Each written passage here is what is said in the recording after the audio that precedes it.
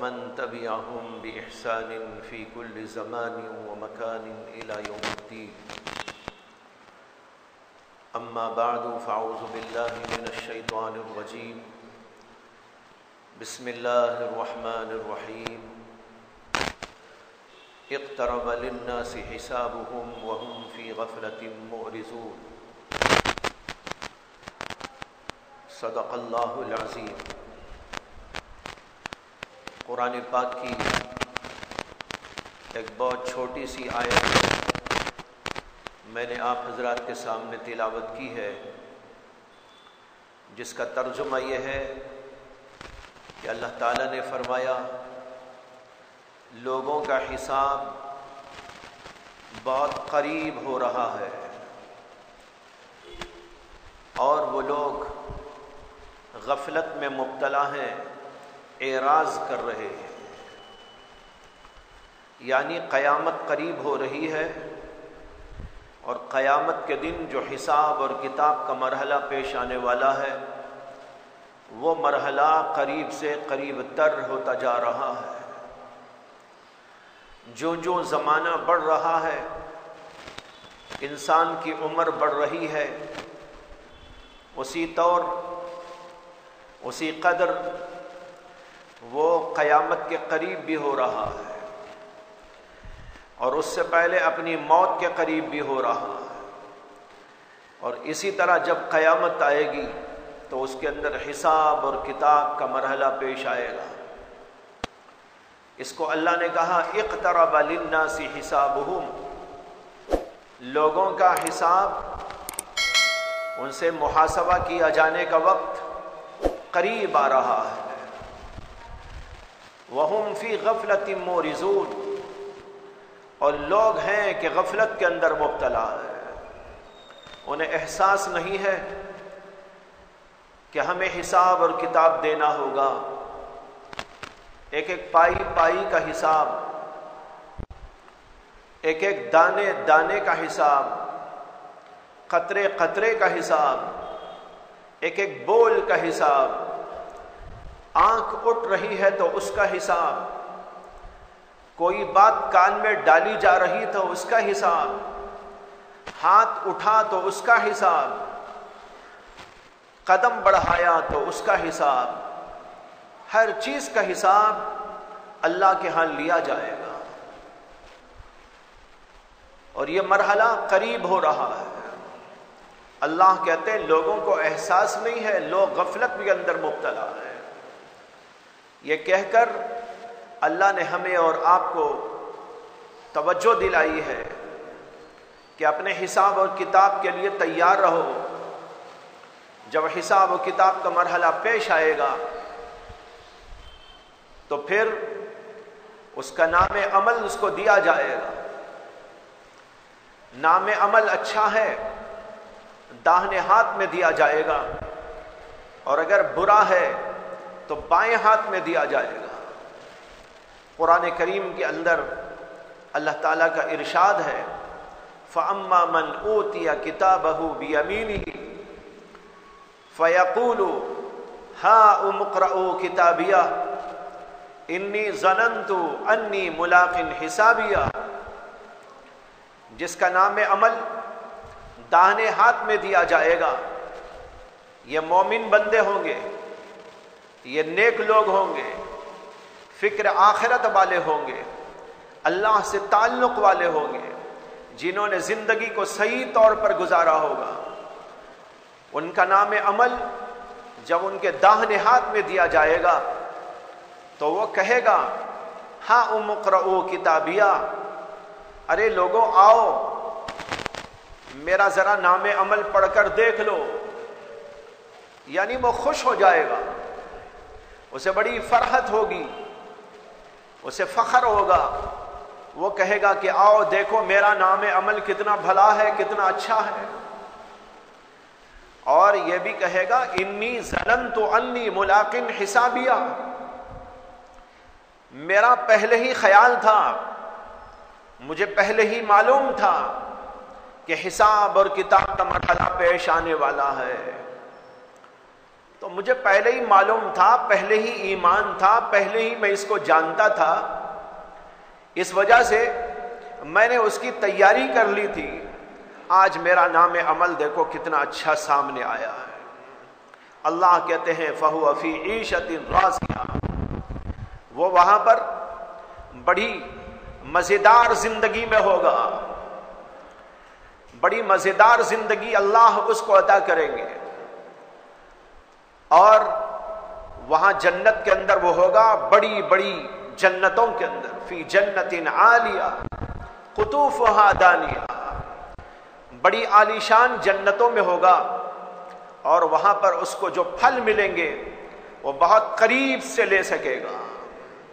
قطوفها دانیہ فہو فی عیشۃ راضیہ فی جنت عالیہ قطوفها دانیہ کلوا واشربوا ہنیئا بما اسلفتم فی الایام الخالیہ۔ اور ایسے لوگوں سے اللہ فرمائیں گے اب یہاں جنتوں میں آرام سے رہو، کھاتے رہو، پیتے رہو، مزے اڑاتے رہو، کیونکہ دنیا کے اندر تم نے ایسی زندگی گزاری تھی جس زندگی کے اندر تم نے صبر کیا تھا، اچھے اور برے کا فرق کیا تھا۔ جو پرانی تمہاری دنیا کی زندگی ہے، اس زندگی کے طفیل میں آج تم کو یہ سب کچھ دیا جا رہا ہے۔ اور دوسرے وہ بندے ہوں گے وہاں جو کافر ہوں گے، مشرک ہوں گے، منافق ہوں گے، غلط کار ہوں گے، ان کے بارے میں اللہ کہتے ہیں وَأَمَّا مَنْ أُوتِيَ كِتَابَهُ بِشِمَالِهِ، جس کا نام عمل بائیں ہاتھ میں دیا گیا، فَيَقُول، وہ کہے گا اے کاش کہ مجھے دیا ہی نہ جاتا تو کتنا اچھا تھا، آج میرے سامنے یہ باتیں آتی ہی نہ تو کتنا اچھا تھا۔ یا لیتہا کانت القاضیہ، اے کاش کہ موت آ جاتی اور ختم ہو جاتا اور دوبارہ اٹھایا نہ جاتا۔ ما اغنا عنی مالیہ، آج مجھے میرا مال کام نہیں آ رہا ہے۔ ہلک عنی سلطانیہ، میرا زور، میری طاقت، یہ سب آج مجھے کچھ کام نہیں آ رہا ہے۔ یہ کہہ کر وہ افسوس کرے گا اور اس کے لیے پھر جہنم کا فیصلہ کر دیا جائے گا۔ یہ ہے قرآن کریم کی آیات کے اندر۔ اس سے معلوم ہوا کہ وہ مرحلہ ہم سب کے لیے قریب سے قریب تر ہو رہا ہے، اس لیے اس کی فکر کرنی چاہیے۔ حدیث میں آتا ہے اللہ کے نبی علیہ الصلاۃ والسلام ایک بار بہت بھوکے تھے، شدت بھوک کی وجہ سے اللہ کے نبی علیہ السلام دوپہری کے وقت میں باہر نکل پڑے۔ جب باہر نکلے تو دیکھا کہ ابو بکر صدیق بھی باہر آئے۔ ابو بکر سے پوچھا کہ ابو بکر، ایسی سخت دھوپ کے موقع پر تم باہر کیوں چلے آئے؟ عرب کے ہاں دوپہری کے اندر لوئیں چلتی تھی، بہت گرم گرم ہوائیں، اس کو کوئی برداشت نہیں کر سکتا۔ اللہ کے نبی علیہ الصلاۃ والسلام ایسے موقع پر باہر نکل پڑے۔ ابو بکر کو دیکھا تو وہ بھی باہر آئے۔ نبی اکرم صلی اللہ علیہ وسلم نے ابو بکر سے پوچھا کہ ابو بکر کیوں باہر آ گئے ایسی لو میں، سخت ترین گرمی میں؟ ابو بکر صدیق نے عرض کیا کہ یا رسول اللہ، بھوک نے اتنا بے قرار کیا کہ بھوک کی وجہ سے باہر نکل کے آ گیا۔ نبی اکرم صلی اللہ علیہ وسلم نے فرمایا کہ ابو بکر، جس چیز نے تم کو باہر نکالا مجھے بھی اسی چیز نے باہر نکالا ہے، میں بھی اسی بھوک کی وجہ سے باہر آیا۔ پھر ذرا آگے بڑھتے ہیں تو حضرت عمر سے ملاقات ہو گئی۔ حضرت عمر سے پوچھا کہ بھائی ایسے موقع پر باہر آ گئے؟ انہوں نے کہا یا رسول اللہ، کئی دن کا فاقہ تھا، برداشت نہ ہوا تو نکل کے آیا کہ دیکھوں کچھ کھانے پینے ملتا ہے کہ نہیں ملتا۔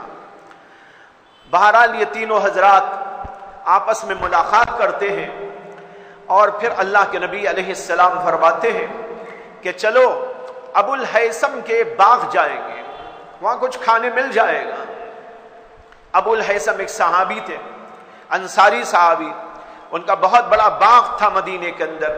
اللہ کے نبی علیہ الصلوۃ والسلام وہاں پر تشریف لے گئے.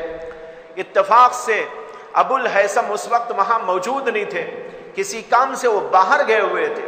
ان کی بیوی نے اللہ کے نبی علیہ السلام کو، صحابہ کو دیکھا، چٹائی بچھائی اور بیٹھنے کے لیے عرض کیا. اللہ کے نبی اور صحابہ بیٹھ گئے.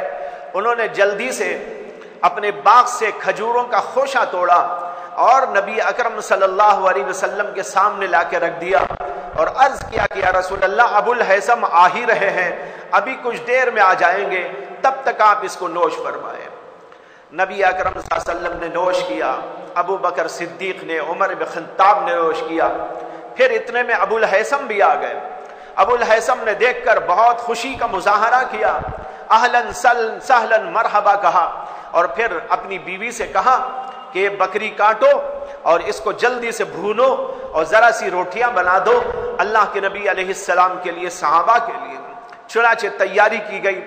عرب کے ہاں بڑا سادے انداز سے کھانا ہوتا تھا، تھوڑی دیر میں بن جاتا تھا. ہمارے علاقوں کی طرح نہیں کہ بھائی گھنٹے گھنٹے صرف کیے جاتے ہو.